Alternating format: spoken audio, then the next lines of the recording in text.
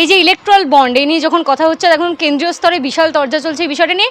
অর্থমন্ত্রীর স্বামী তিনি বলে দিচ্ছেন যে এটা সবথেকে বড় একটা দুর্নীতি সংগঠিত হয়েছে।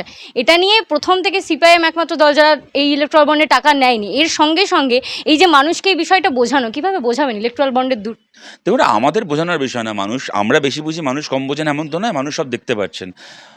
দেখুন, মোদি বলেছিলেন যে না খাউঙ্গা না খানে দুঙ্গা, পরে দেখা গেল ইলেকট্রাল বন্ড করে নিজেও খেয়েছেন, তৃণমূলকেও খাইয়েছেন, তৃণমূলকেও খেতে দিয়েছেন। এবং যে কথাটা বারবার করে বলা হয়, আমরা বামপন্থী প্রত্যেকটা রাজনৈতিক দলকে নিতে বলেছিল, আপনারা নেননি কেন? না, কেননা আমরা ওই পাপের টাকা স্পর্শ করবো না।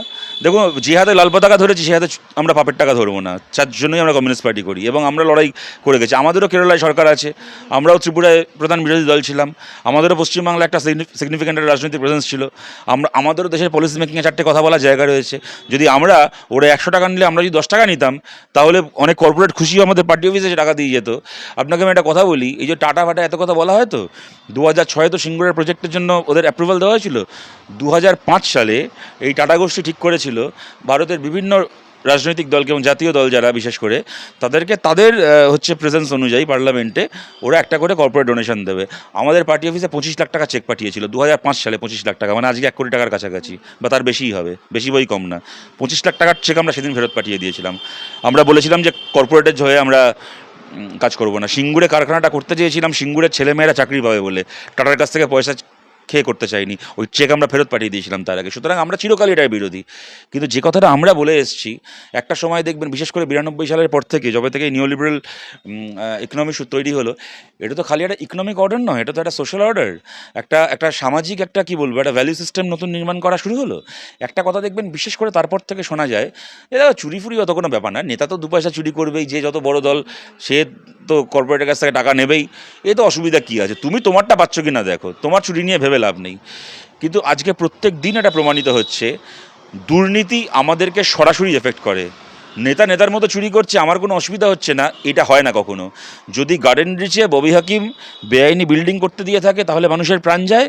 আর মোদি যদি ইলেকটোরাল বন্ডের নামে টাকা খেয়ে কোনো কোম্পানিকে জাল ভ্যাকসিন বাজারে আনার অধিকার দিয়ে থাকে, তার মানে কি, একজন বাবা একজন মা তার সন্তানকে হাতে করে নিয়ে গিয়ে সন্তানের শরীরে বিষ ঢুকিয়েছে। দোষটা তার বাবা মার নয়, যে সন্তানকে জন্ম দিয়েছিল, পৃথিবীতে এনেছিল, সেই সন্তানকে বিষ খাইয়েছে তার বাবা মা। তার কারণটা হচ্ছে ভারত সরকার তাকে বলেছিল যে এইটা ওষুধ, বিষকে ওষুধ বলে চালিয়েছিল। কেন না, মোদি ডোনেশন নিয়েছে বলে, মোদি টাকা খেয়েছে বলে, বিজেপি টাকা খেয়েছে বলে। এবং একটার পর একটা এরকম উদাহরণ দিয়ে যাওয়া যায়। গোটা ভারতে জিনিসপত্রের দাম বেড়েছে কেন? কেননা তারা যে 10 টাকা যদি আমাদের কাছ থেকে কামিয়ে থাকে, 5 টাকা বিজেপিকে ইলেকশন ফান্ডে দিয়েছে। মানে বেআইনিভাবে হাইওয়ে টেন্ডার দেওয়া হয়েছে, জাল সাপ্লাই মেটেরিয়াল দিয়ে হাইওয়ে বানানো হয়েছে। যেখানে সুড়ঙ্গ হওয়ার কথা নয় পাহাড় কেটে, সেখানে সুড়ঙ্গ তৈরি করা হয়েছে। সেই সুড়ঙ্গ ভেঙে পড়ে মানুষ আটকে পড়েছে। কেন না, সেই কোম্পানির কাছ থেকে মোদি টাকা খেয়ে ওই অ্যাপ্রুভাল দিয়েছে। এখন এদের হাতে আইন আছে। কেন বিজেপি, আমরা কেন মনে করি যে বিজেপির থেকে ডেঞ্জারাস ভারতের কোনো দল নয়? অন্য একটা দলের চুরিকে আপনি চুরি বলে চিহ্নিত করতে পারবেন, এদের হাতে যেহেতু আইন আছে, আইন পাস করে নিল পার্লামেন্টে যে চুরিটা চুরি নয়। আজকে আপনার কাছ থেকে আমরা আপনার মোবাইল ফোনটা কেড়ে নেব, ওইটাকে ছিনতাই বলে।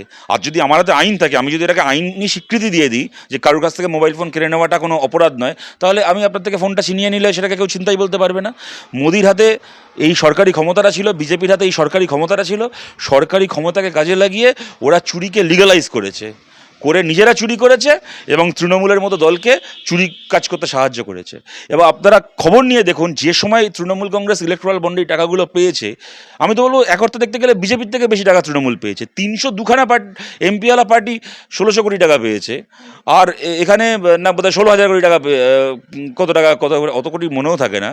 আর এদের ওই 22 জন এমপিওয়ালা পার্টি যা টাকা পেয়েছে, তো প্রপোর্শনেটলি বিজেপিকে বহু গুণে ছাপিয়ে গেছে তৃণমূল।